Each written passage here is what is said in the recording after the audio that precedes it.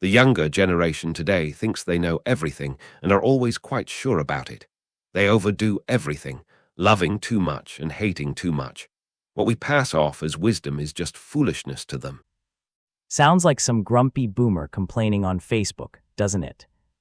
But no, that is a direct translation of rhetoric, written in 330 BC by the ancient Greek philosopher Aristotle, literally recorded over 2,300 years ago. Welcome to Juvenoia, the timeless tradition where older generations panic that the world is ending just because kids are doing something slightly different. If you think Aristotle was being dramatic, let's look at how far back this endless cycle of whining actually goes through verified history.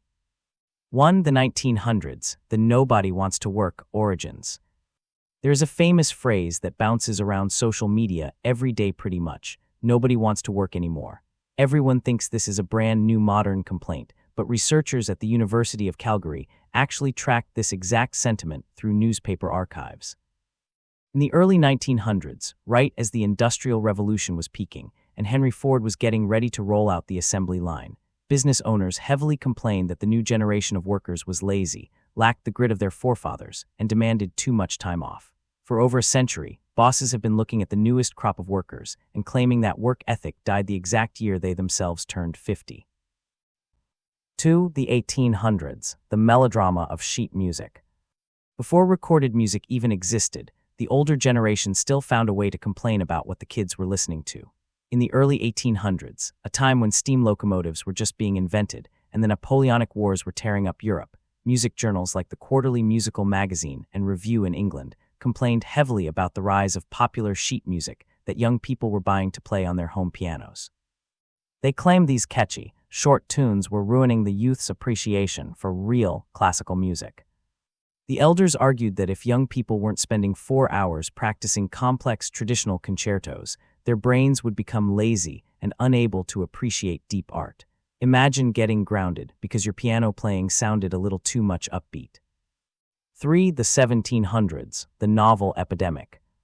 Go back to the late 1700s, and you'll find that the older generation was absolutely terrified of sitting down with a book. In 1790, literally right after George Washington took office as the very first U.S. president, and the French Revolution was exploding across the Atlantic, a reverend named Enos Hitchcock published a book titled Memoirs of the Bloomsgrove Family, and society was in a full panic over young people reading. Hitchgrove wrote that the free access young people had to romances and novels had poisoned the mind and corrupted the morals of many a promising youth. They literally viewed sitting down with a paperback novel the exact same way modern parents view scrolling on apps for 6 hours straight. Ah yes, the dangerous, mind-rotting gateway drug known as reading. 4. The 1600s, the savagely saucy youth. In 1624, just 4 years after the Mayflower landed at Plymouth Rock and the global spice trade was turning countries into superpowers, an English writer named Thomas Barnes published a book called The Wise Man's Forecast Against the Evil Time. He looked at the young adults walking around his town and decided to record his absolute fury for the history books. Barnes wrote that the youth were never more saucy, yea, never more savagely saucy. He coveted that the ancient were scorned, the honorable were contemned, and the magistrate was not dreaded. Apparently, living a savagely saucy life in the 1600s meant you didn't want to work 14 hours a day in a wool mill and preferred your water without cholera.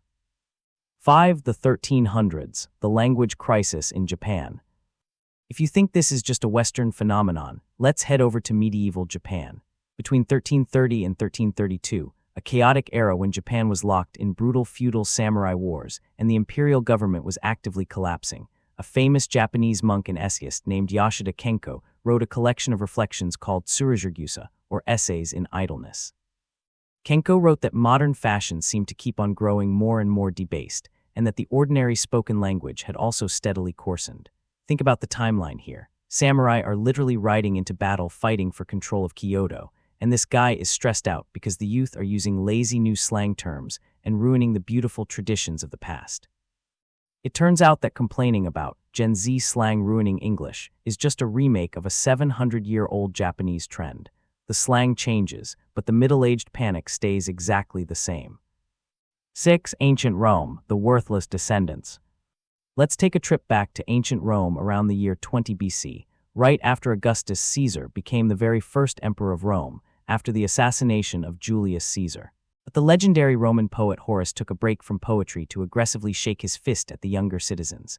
Horace literally wrote in Latin, "Our fathers' age was worse than our grandfathers. We, their sons, are more worthless than they, so in our turn we shall give the world a progeny yet more corrupt." Horace was fully convinced that human evolution was just a downward spiral and that Roman teenagers were going to crash the entire empire because they lacked discipline. If his math was actually right, humans would have forgotten how to walk upright by the Middle Ages.